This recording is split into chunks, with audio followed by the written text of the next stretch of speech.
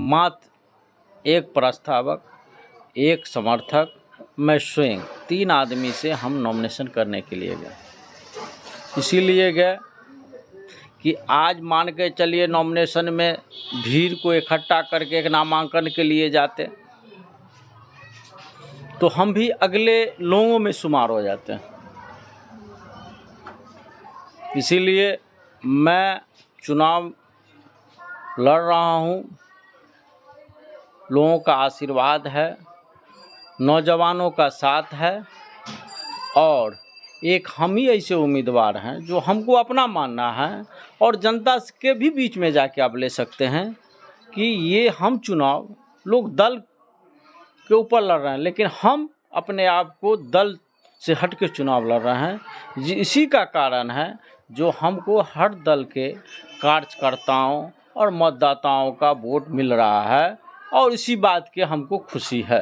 45 ward की जनता के आशीर्वाद से चुनाव हम जीतेंगे और असलम अंसारी मेयर नहीं रहेगा, 45 वार्ड का जनता मेयर रहेगा और नगर निगम में मेयर का जो कुर्सी होगा मेयर के बैठने के लिए, उस कुर्सी पर असलम अंसारी नहीं बैठेगा। मधुबनी 45 वार्ड का जो जनता काम कराने के लिए जाएगा उसको वो कुर्सी बैठने के लिए देंगे, उसके बगल में हम अपनी कुर्सी रखेंगे। इसलिए सबसे सर्वोपरि है जो मतदाता जिसको बनाया सबसे बड़का वो मेयर है।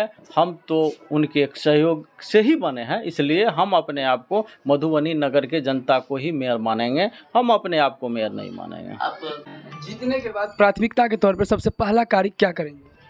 जीतने के बाद प्राथमिकता काम की बात कर रहे हैं तो हम कहना चाहते हैं आपके चैनल के माध्यम से कि जब हम चुनाव जीतेंगे और जो हमारे साथ वार्ड पार्षद जीत के आएंगे, सबसे पहले शपथ ग्रहण करने के बाद उस वार्ड में हम जाएंगे, वार्ड पार्षद को लेंगे, एक दिन पहले ऐलान कर देंगे कि हम आ रहे हैं, आपके वार्ड पार्षद भी रहेंगे।